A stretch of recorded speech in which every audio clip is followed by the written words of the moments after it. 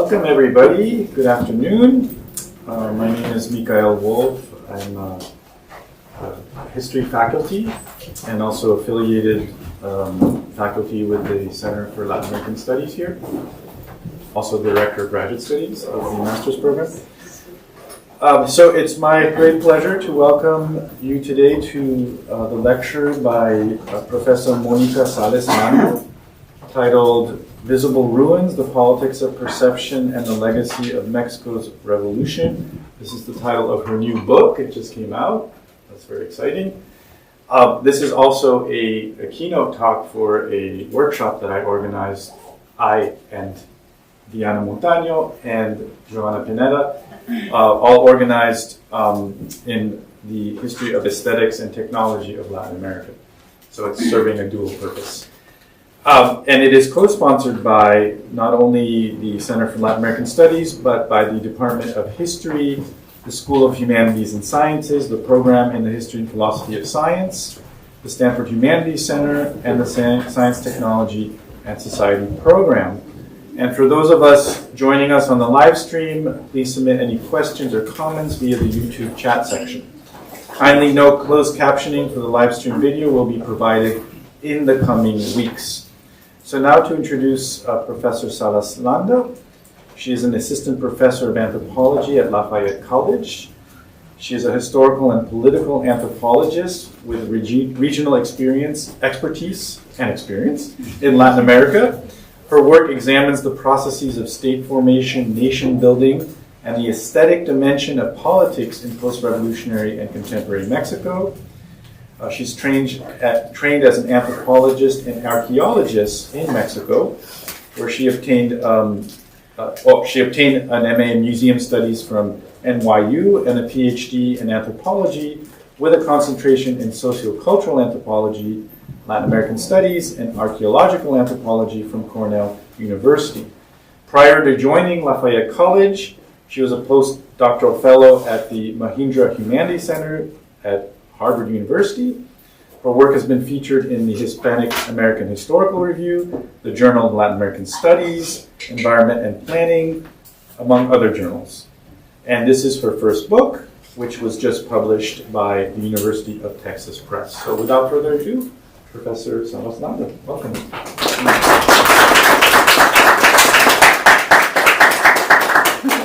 Well, thank you for the introduction, and thanks to everyone at the Center for Latin American Studies for organizing this talk. I would also like to thank Mikael Wolf for the invitation, as well as Diana Montaño and Joana Pineda for organizing this week's workshop on the aesthetics and design of Latin American technology. I'm very grateful to you and the workshop participants. Our conversations over the past 2 years, or 3, about aesthetics, along with the perspectives and feedback I received from all of you, have shaped the arguments I present in this book, which I will be discussing today. So I would like to begin my talk in a manner similar to the opening of my book, by discussing and interrogating a sketch created in 1958 by the American-born artist Pablo O'Higgins for a mural intended to decorate the municipal building of one of Mexico's most important oil-producing centers at the time, the city of Poza Rica in the state of Veracruz. The mural, titled From the Primitive Pre-Hispanic Agricultural Work to the Current Oil Development, aimed to celebrate nearly 2 decades of dramatic state-led industrialization and modernization in the old city. Starting on the left side of the sketch, we see the profile of a rural cultivator who, machete in hand, crosses a field of pre-Hispanic ruins. This ruinous landscape, intended to convey historical depth, isn't entirely inert. From a collapsed and partially unearthed stone sculpture, a lively speech roll emerges, suggesting an indigenous presence in the region. This presence eventually dissipates as it's absorbed by the overground vegetation, from which a pair of strong hands emerges. Both hands carry modern tools with which an industrial landscape is built. In the final scene, an economic and cultural transformation seems to have been achieved. The rural dweller gives way to the industrial worker, whose figure is almost eclipsed by the city's imposing and perfectly aligned oil infrastructure.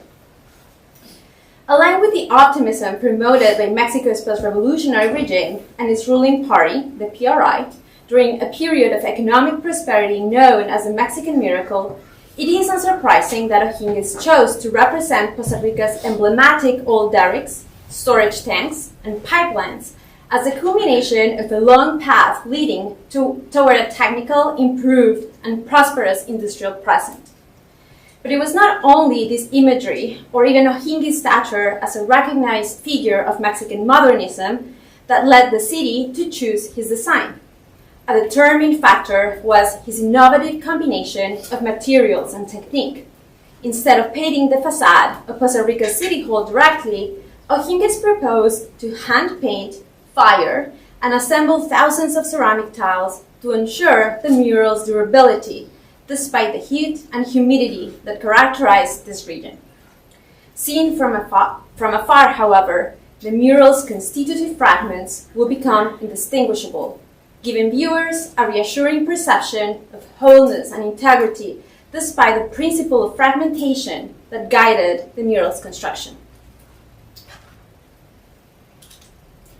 Following established interpretations of Mexican muralism, O'Higgins' mural for Costa Rica is best understood as a technique of governance, serving as an effective instrument to diffuse the ideology of revolutionary nationalism to the public. In line with this interpretation, both the placement of the mural in Costa Rica City's Hall and its unmistakable theological narrative, confirmed by the mural's title, work together to represent the revolutionary regime not only as a generous patron of artistic production, but also as a guarantor of progress and industrial development. By displaying this set of nationalist ideas and ideals, O'Higgins' mural and muralism more broadly appear to have contributed to the consolidation of Mexico's post-revolutionary state. However, this interpretation of O'Higgins' mural, which considered it merely a manifestation of the post-revolutionary state's ideology, overlooks the artist's distinctive work process. Specifically, it ignores O'Higgins' reliance on existing local landscapes, which he captured in his sketches during exploratory trips to the areas he intended to depict in his mural work. If his field sketching is recognized, the successive and progressive character attributed to his Costa Rica mural can be questioned, thereby opening the possibility for an alternative interpretation. Drawing on O'Higgins' work process, then, I suggest that rather than archetypes of historical stages, one supplanting the other, O'Higgins' mural composition portrays contemporaneous scenes.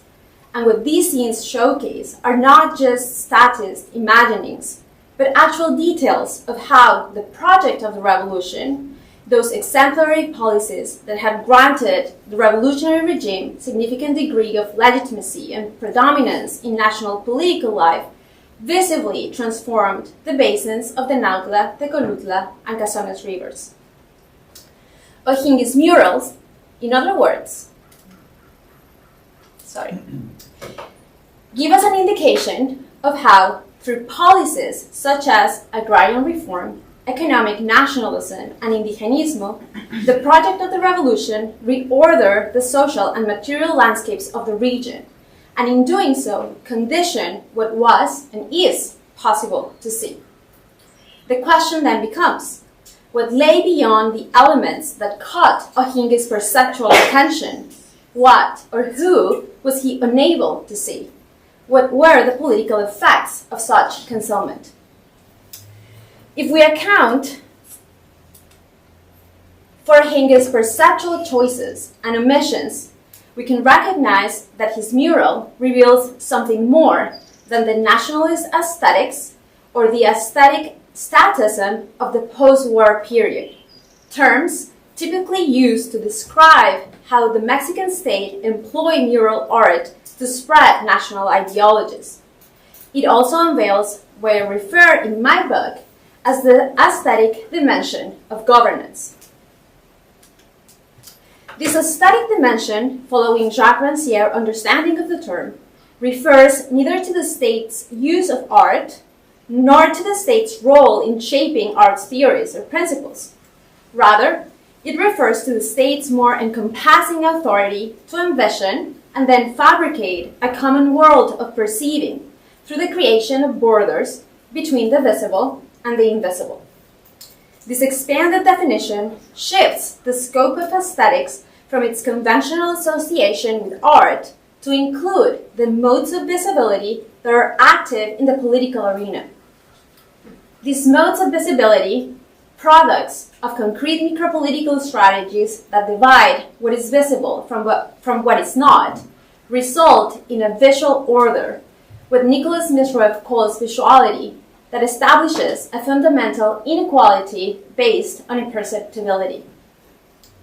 Drawing on these ideas, I place aesthetics and perception at the center of my book's conceptual framework. In doing so, my approach enhances two predominant perspectives that have directed the study of the relationship between vision and power in Latin America. On the one hand, scholars have scrutinized practices in illustration, cartography, photography, architecture, and writing, focusing on the dynamics of colonial and modern ways of seeing to explore how authority over people and the environment has been established through visual means. On the other hand, the colonial theorizations have been equally influential, leading scholars to emphasize submerged or opaque perspectives and views that reside outside of dominant visual regimes. In my book, I seek to bring these perspectives in closer conversation, while also foregrounding a more complex and ambivalent set of everyday practices that have configured and reconfigured a governing field of vision. I try to show how what is visible and what is not is the result of distinct political operations that are often carried out jointly and simultaneously to promote and hinder state control in various spaces. In doing so, visibility is presented not as an immutable condition or a fixed state effect, but as a result of practice, and therefore as something vulnerable and contingent. Attending to the politics of perception, that is, to the configuration and reconfiguration of multiple governing modes of visibility, can help us uncover how unequal aesthetic orders are established, disrupted, and persist even after the governing regimes that institute them succumb. So, building on this foundation, I examine throughout the book how these political processes unfolded in the lowlands of northern Veracruz, a region that, as I alluded to earlier, was of strategic importance for state and national post-revolutionary administrations due to its coastal land, rich oil deposits, archaeological remnants, and indigenous populations.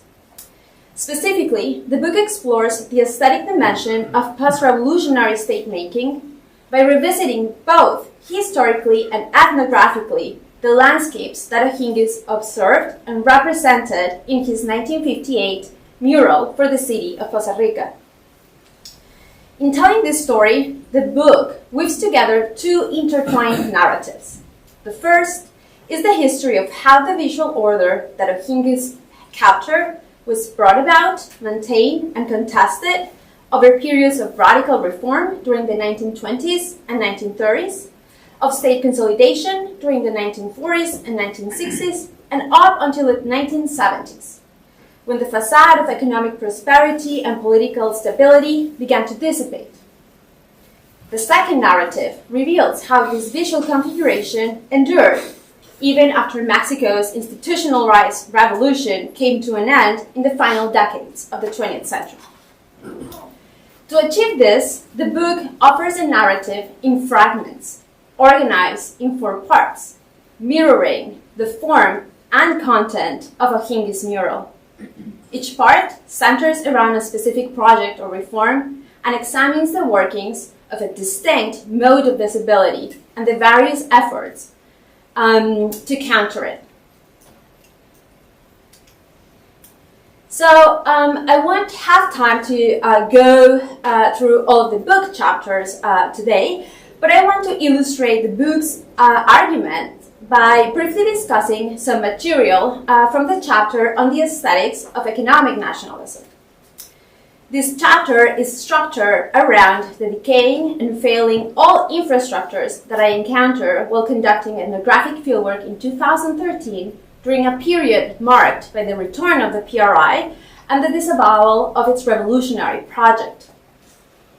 As I move across the region, much like O'Higgins had done 50 years before me, it became clear that despite state-led efforts to abandon the revolutionary project, it persisted.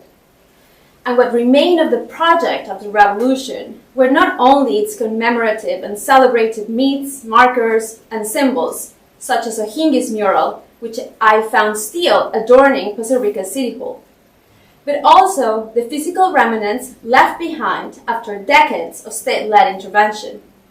In Costa Rica, this included the old infrastructures that had sustained Mexico's economic growth during the second half of the 20th century.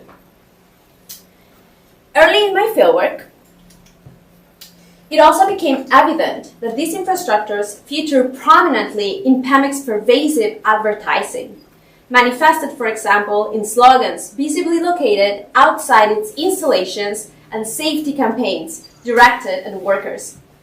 These campaigns attempted to obscure the disrepair of all infrastructure and the risks faced by residents living near its facilities. Meanwhile, I realized many residents use the local press, among other vehicles, to make oil spills, gas leaks, and toxicity visible, while also devising strategies to cope with these risks, such as keeping a bottle of water, a ripe lime, and a towel by their beds to cover their mouths and noses against the pungent smells that pervade their neighborhoods at night. Archival research revealed that the aesthetic operation led by PEMEX, which rendered the state's vision of the industry visible while concealing the realities faced by the people living closest to it, had a history. This history is detailed in the chapter devoted to the aesthetics of economic nationalism.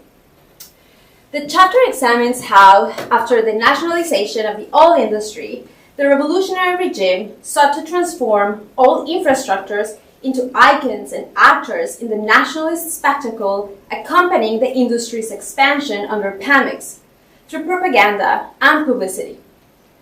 Specifically, I analyzed a selection of PEMEX publicity campaigns from the 1950s to the 1970s, Costa Rica's most fruitful oil-producing period. This was also a time when readership of the national press rose significantly, along with the state's control of it, mainly through the Federal Office of Information. Likewise, state-led strategies to control the press ran parallel to the growth of advertising. From the early 1950s to the 1970s, PEMEX sponsored consumer and corporate ads, released travel guides and press bulletins, and engaged newspaper editors, journalists, and other friendly writers to publish favorable editorials or pro-government articles in the national and regional press, intentionally blurring the line between news and ads. This overt and covert propaganda feature oil infrastructures as emblems of modernity, progress, and wealth. PEMEX propagandistic representations, however, are then juxtaposed throughout the chapter with the actual experiences of locals living among all infrastructures. I extracted these local experiences from articles, opinion pieces, and notas rojas found in less censored but widely read regional and local newspapers. By focusing on this domain, I illuminate the significance of residents' daily interactions with the surrounding old industrial landscape. These encounters often disrupted the mode of visibility engineered by the post-revolutionary regime, particularly highlighting the risks, repression, corruption, toxicity, and neglect to which residents were exposed, issues that PEMEX persistently attempted to conceal. So, to exemplify the workings of this mode of visibility, I would like to focus on a selection of propagandistic materials produced by Pemex that appear in local or regional newspapers in the 1960s. Let's start with this one. And the 1960s was a period of petrochemical expansion in Costa Rica. So one notable example is this full-page illustrated story in La Opinión. This desplegado, as this type of illustrated story is known, publicized the triumphant visit that President Gustavo Díaz Ordaz made to the city in 1966.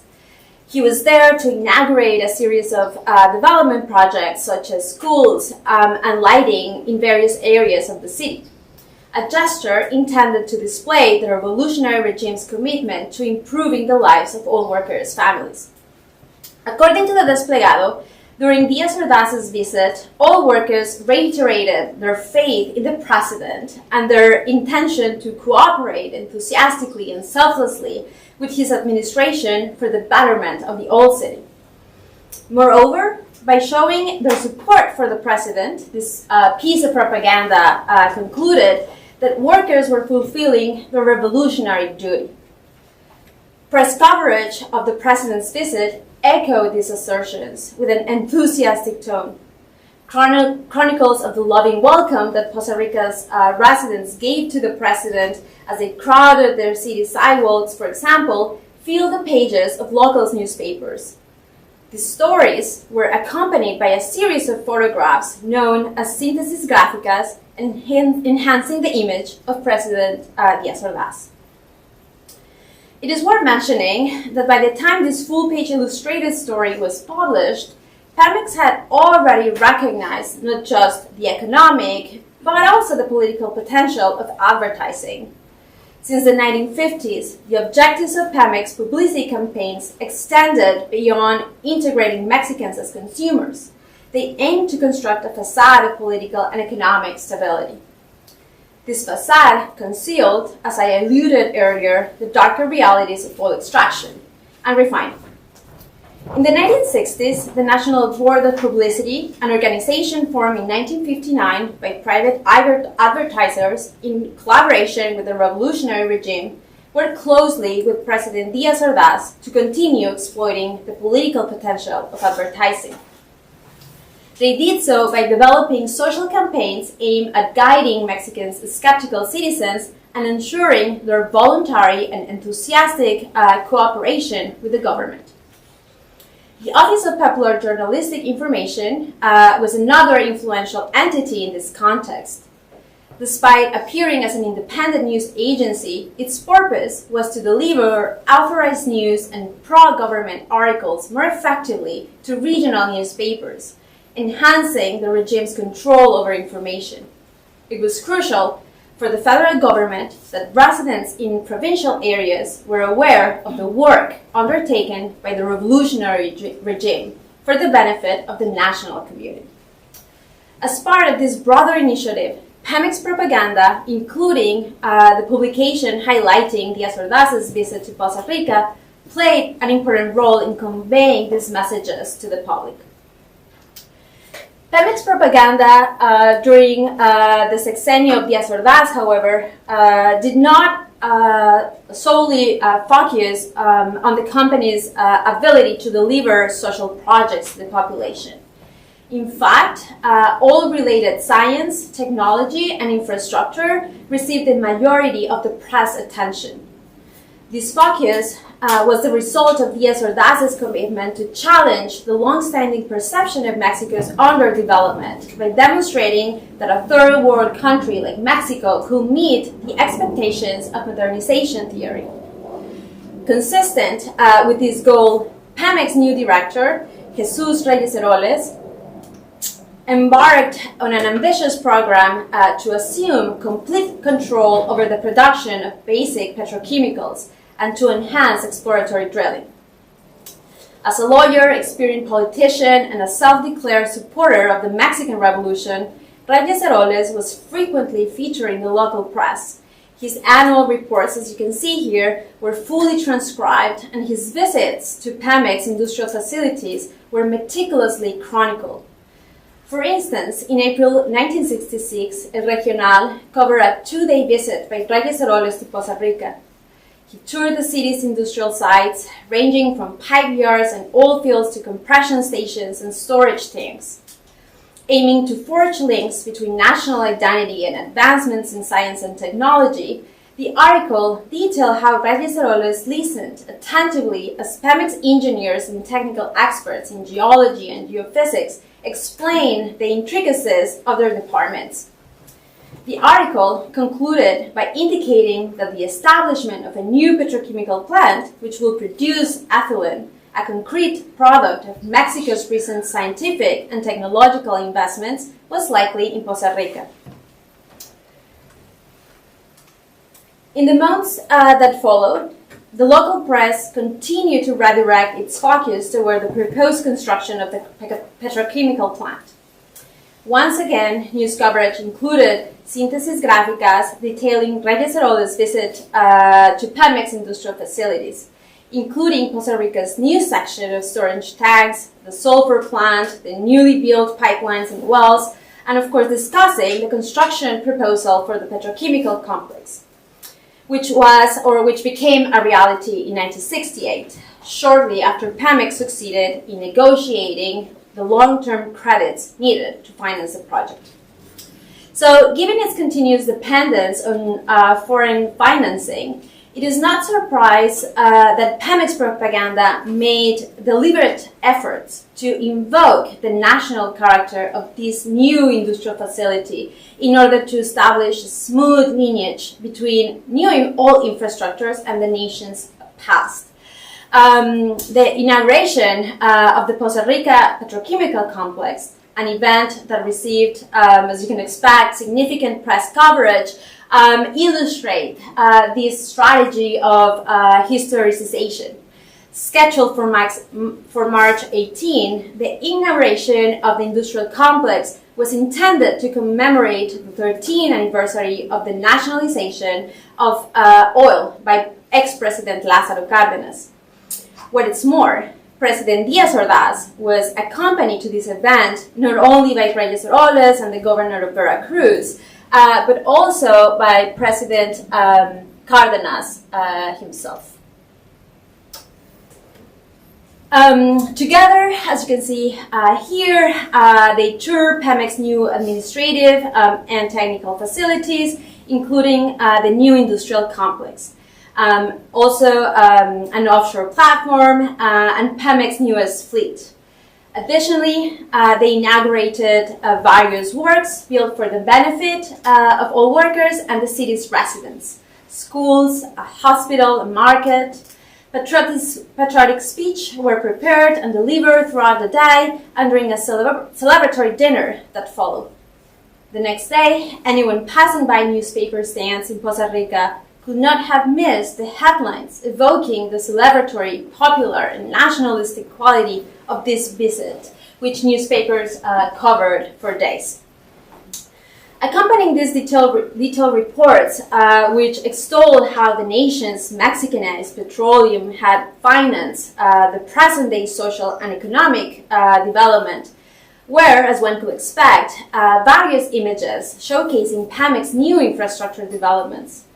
These illustrated stories, however, were intermingled with reseñas históricas or historical reviews, such as overviews of the conflict that led to the nationalization of the oil industry, as well as historic photographs of President Cárdenas reading the expropriation decree.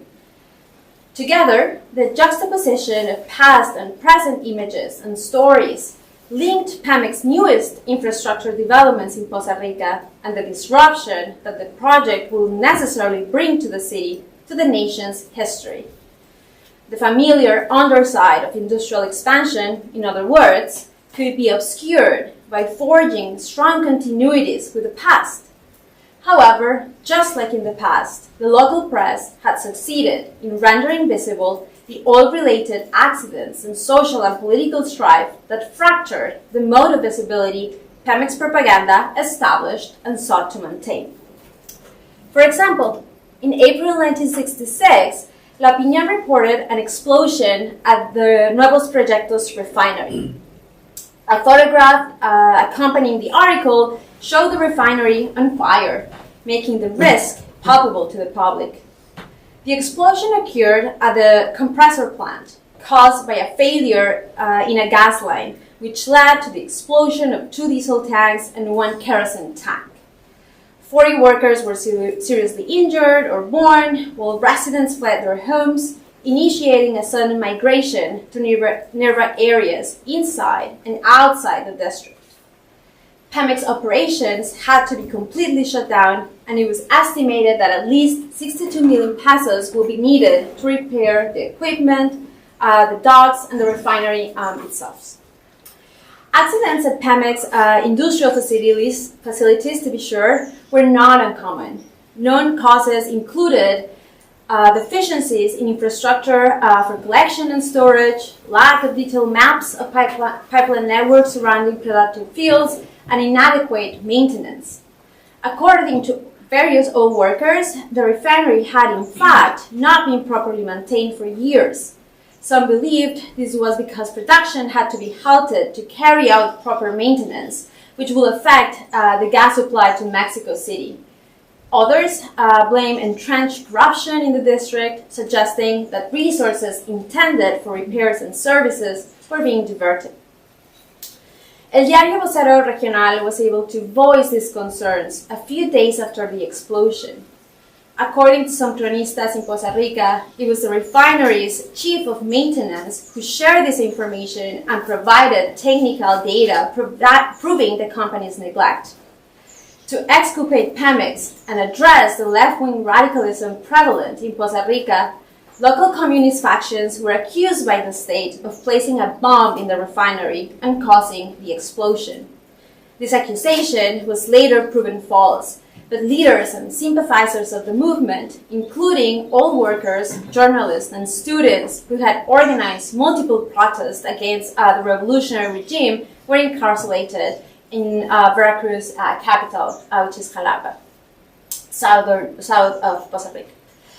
Although Costa Rica's radicalism was extinguished after the explosion at Nuevos Proyectos in 1966, oil-related accidents continued to disrupt everyday life in the city.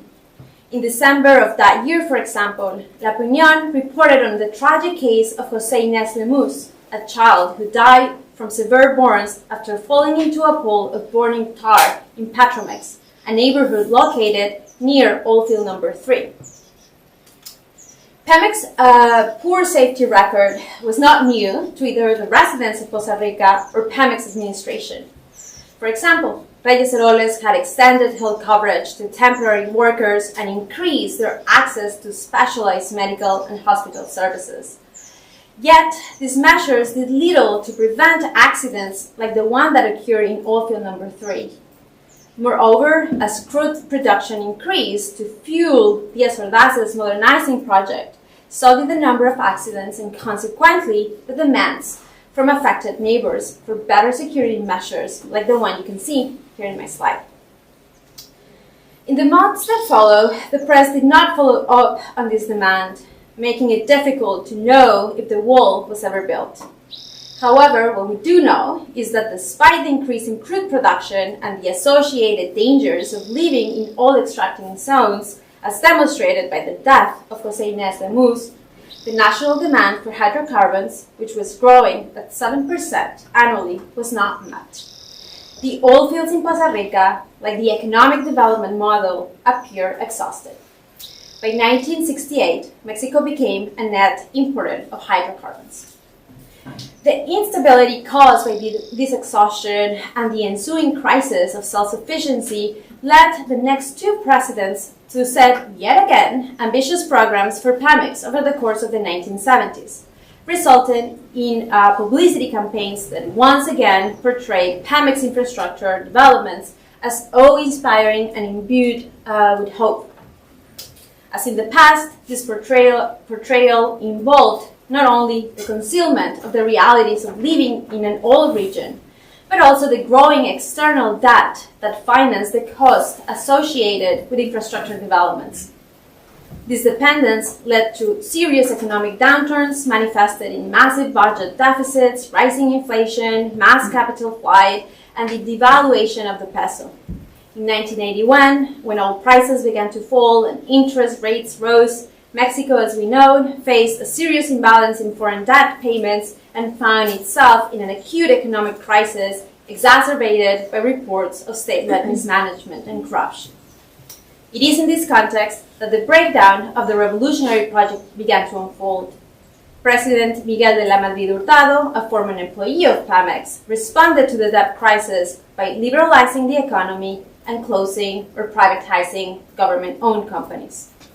Pemex, however, remained state-owned, a gesture that, according to some scholars, evidenced its significance as an icon of economic nationalism for many Mexicans. For those who choose to leave or were forced to leave with oil, however, what remained of Pemex was not just its symbolism.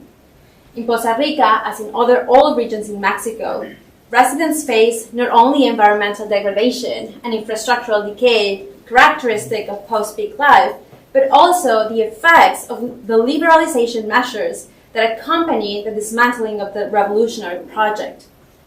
There, amid toxicity and decay, life continues to be constrained by remaining old infrastructures and the effects of a mode of visibility that has attempted to obscure its continuing failings. These industrial artifacts, once portrayed through advertising and propaganda as nationalist icons and symbols of progress, modernity, and technological achievement, continue to malfunction. They stand simultaneously as monuments to flawed agreements and patriotic union, as well as objects of attachment and neglect that carry both toxicity and, in the context of Mexico's ongoing crisis of enforced disappearances, a product of the so-called war on drugs, a very cruel form of optimism. To illustrate the latter, and as a way of concluding my presentation, consider the events of February 2020, when the 5th National Search Brigade of Missing Persons, consisting of 300 families, themselves part of 60 colectivos in the country, began its work in the oil district of northern Veracruz. Responding to the brigade's call for help in locating unidentified mass graves, residents in Costa Rica and nearby communities advised the brigade's members to conduct a field search in areas still bearing the ruins of the oil industry, such as abandoned oil wells. Other residents, attuned to the everyday presence of the industry, pointed out locations where they observed unusual fires in the foliage that did not correspond to the typical flare-ups associated with gas burning. It was in these areas that members of colectivos unearthed pebble-like objects, roasted bone fragments, clothing, religious paraphernalia, and a significant number of abandoned metal containers. In areas where oil flares still burned within the dense forest vegetation, colectivos found that the industry's characteristic metal containers, which contained dismembered bodies, had also been deliberately set ablaze near oil extraction wells. These findings led the search brigade to openly link the ecologies of disappearance they encountered in and around Costa Rica to the destructive and ruined landscapes left by oil extraction.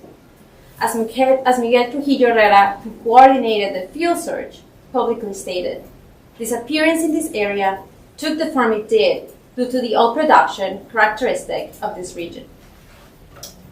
To showcase their findings, the brigadistas concluded their search by unveiling a commemorative mural in downtown Costa Rica. The mural depicts two distinct hands clasping each other, intertwined with the double helix of a DNA molecule, symbolizing the efforts of families to locate and unearth those who are still missing. These missing individuals are represented in the mural as treasured diamonds. One of these diamonds, evocative of the oil flares that have characterized the region, burns in the background.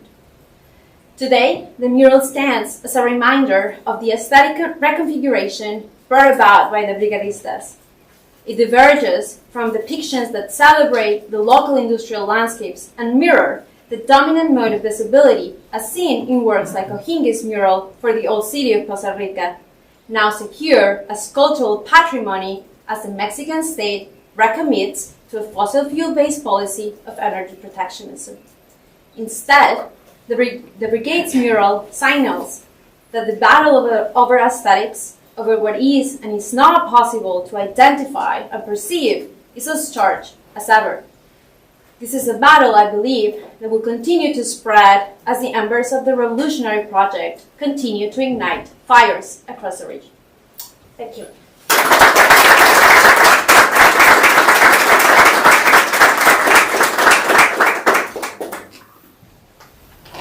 Thank you all for joining us, both in person and via live stream, and thank you to Professor Salas Landa. So next week, please join us on Friday at the same time for our next lecture with Professor Octavio Ferraz. And also there'll be at 6 p.m. A Spring Fiesta Quechua night. Is that out in the lawn? Okay, yeah, cool. So if you have any questions or comments for Professor Salas Landa, please, if you want to stand up and field your own question. I can also field them. Either way, it's fine. But yeah. Yeah, sure.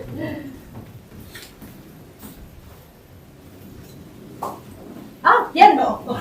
I can see very well from here, so. Thank you very much for this. I have two questions. You got to one of them towards the end, but how the oil workers developed their own visual vocabulary, like early on, let's say 40s and 50s, in terms of reclaiming the revolution for themselves, perhaps, different than Pemex, whether or not that was something that was there or not.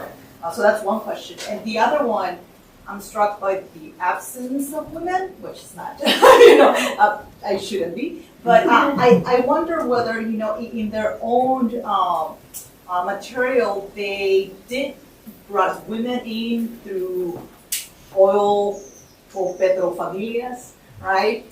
In that context, or in exposing, embracing traditional domesticity, whether women were either imagined or were in the picture anyway.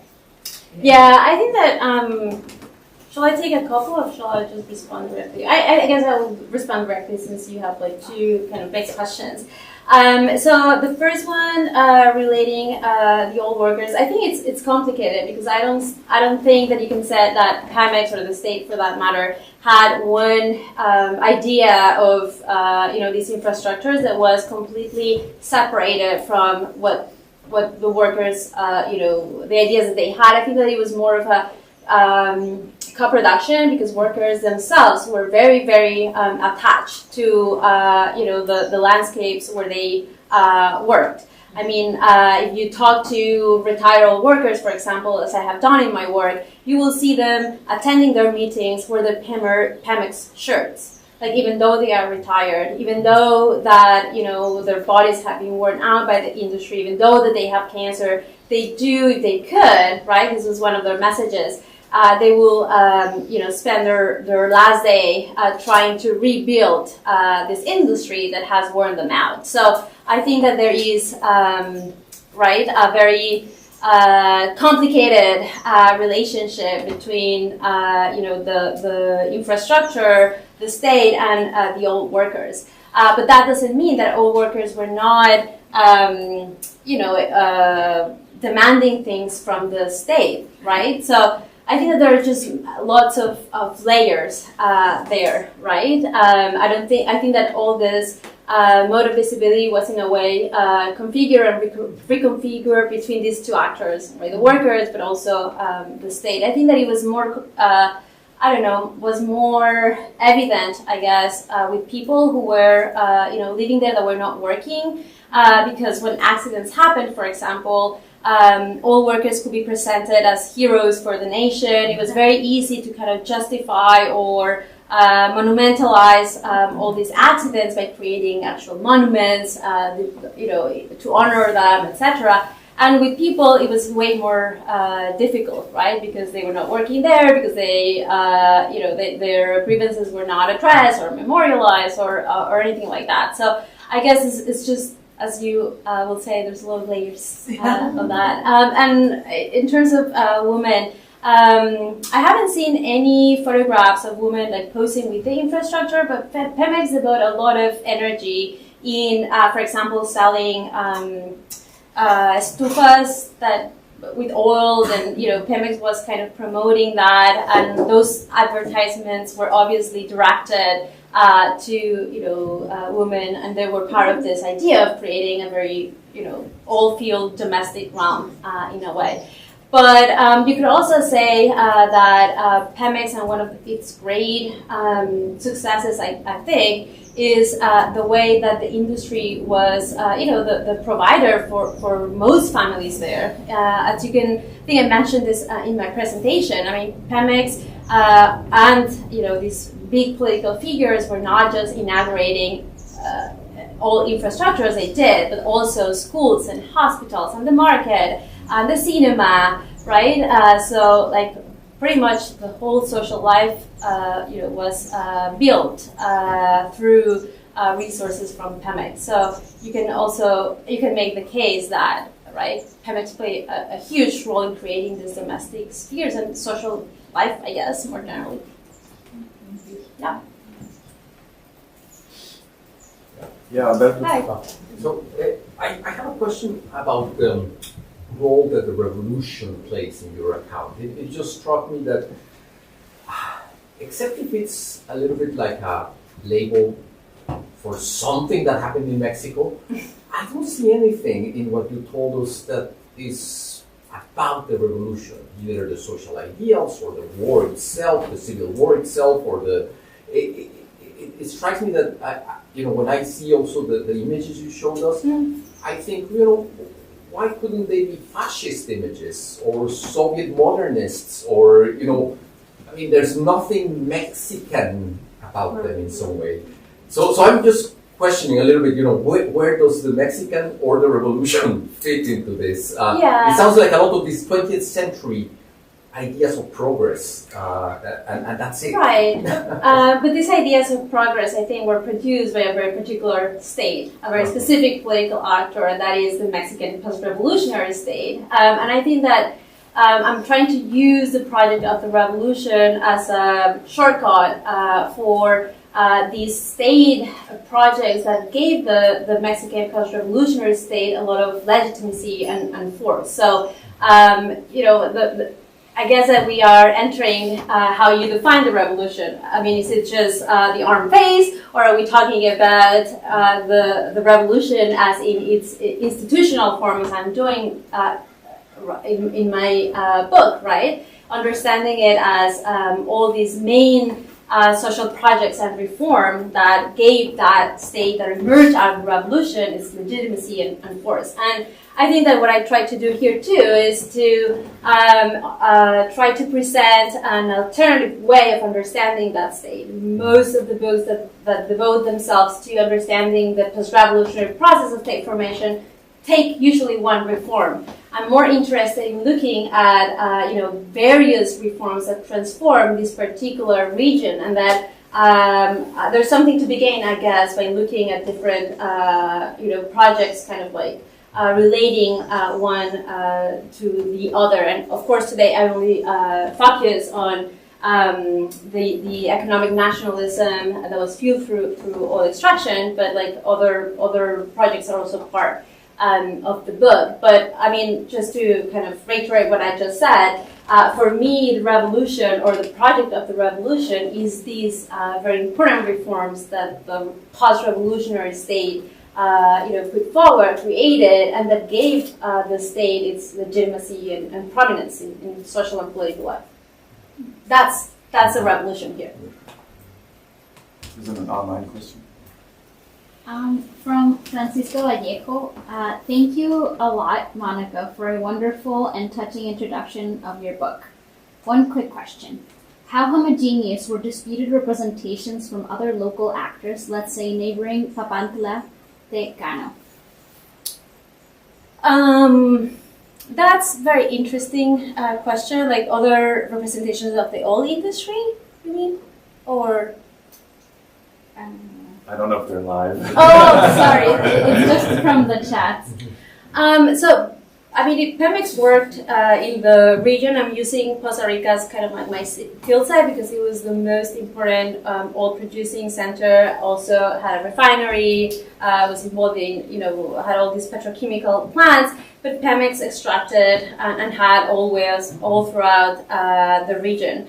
And I don't think that there is, a difference between the kind of imaginaries that Pemex created or that people received in all these places. And I think that many of the reactions, I guess, that, for example, nowadays people have in Costa Rica could be echoed in Emiliano Zapata or other communities that have been really harmed by, the industrial apparatus of oil. So I think that I'm thinking here more regionally, and I don't think that you could, of course, the local is always important, but I think that you could make the case that a lot of communities have a very similar relationship with Pemex. They, benefit from Pemex in certain ways, but they're also hurt by it.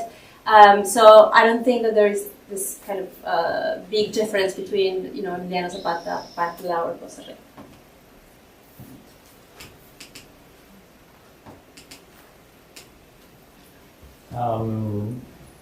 I'm curious about the profitability of Pemex over time and the role, because what I have in mind is that the oil sector plays frequently this role as this tool to achieve the goals that you're describing, right? Modernizing and making a nation, whatever that means.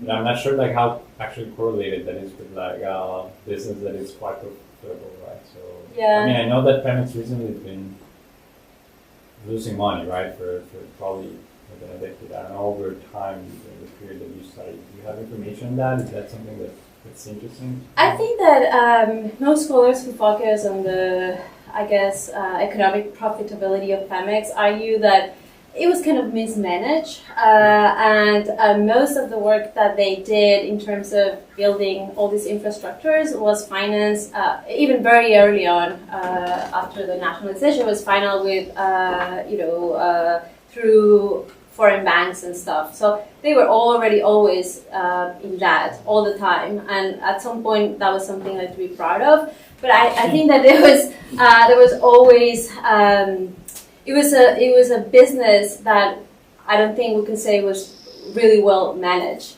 but the opposite. Relied extensively on foreign credit. It was always in debt. There was obviously lots of corruption too. As we can, I briefly mentioned this, but that also was reflected in the state of disrepair of most of the infrastructure. So, but at the same time, it did provided resources, it did fuel, right? Most of these development sort of programs that the state had, it did fuel, the Mexican miracle in a way.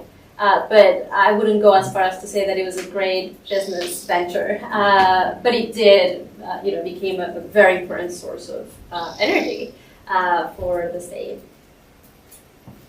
Gracias, Mónica. I'm sorry I missed the beginning of your talk. I was hosting Vitesh Chakravarti, who sends his regards. I think he would like to see your work. I'd like to ask the opposite of Alberto's question. So not what makes this a Mexican story, but maybe what makes it a Latin American story. If one thinks of Rachel Price's book on petrocultures at Princeton, or the kind of work that has been done in Venezuela and the whole like oil culture in Venezuela. Have you thought about the more than Mexican dimensions of this problem?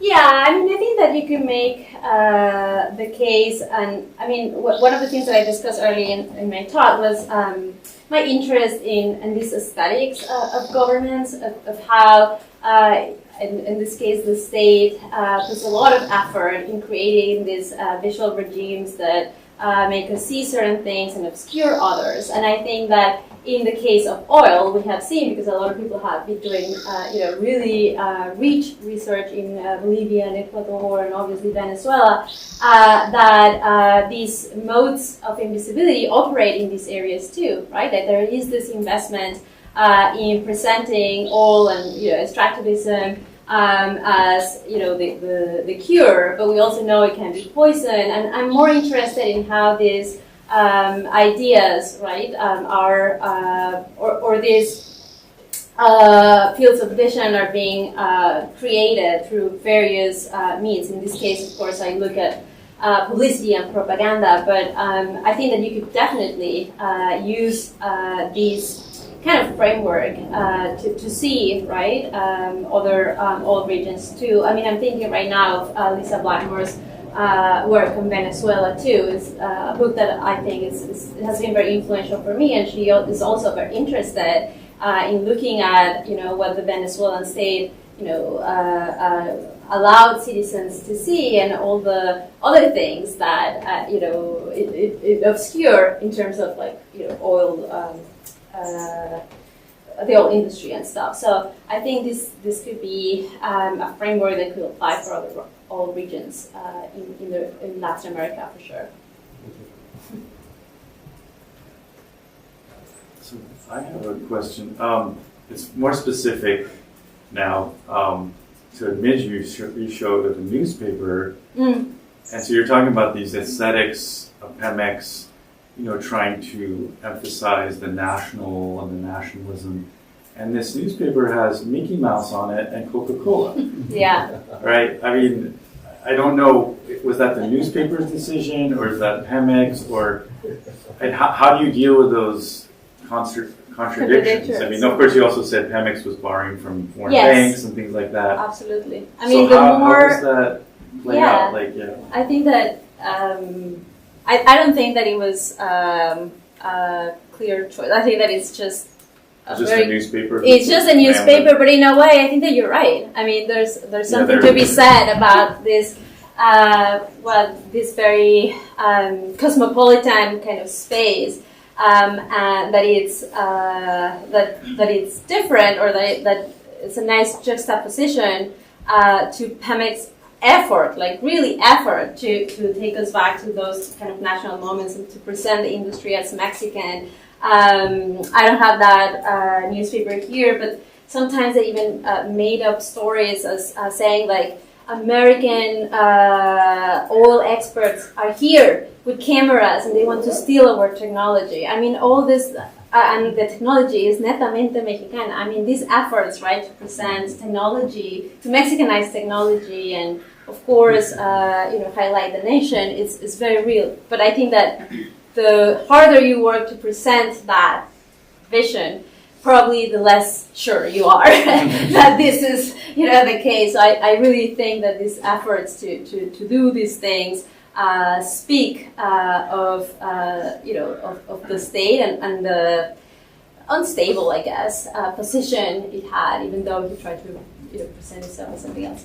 But I think it's a nice observation. I mean, is that Mickey Mouse drawing related to this story, or is it about something? No, I think that is something else. Yeah. And it's interesting because isn't that the monument of the revolution? Of the revolution.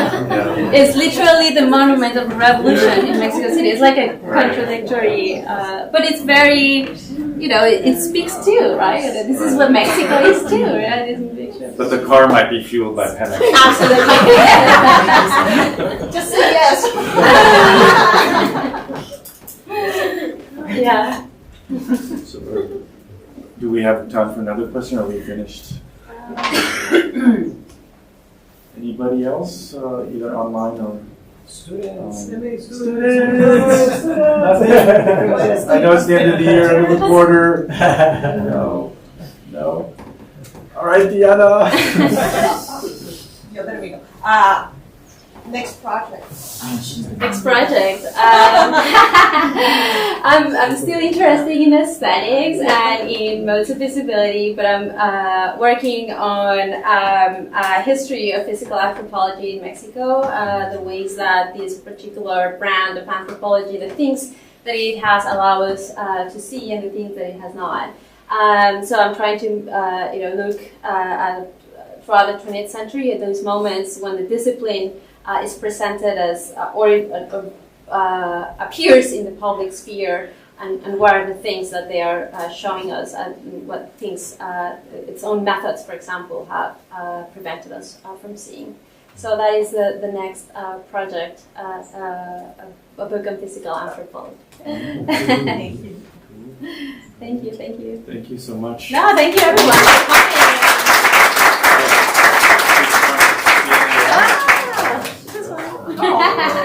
Nice. Aesthetic memento. Thank you so much.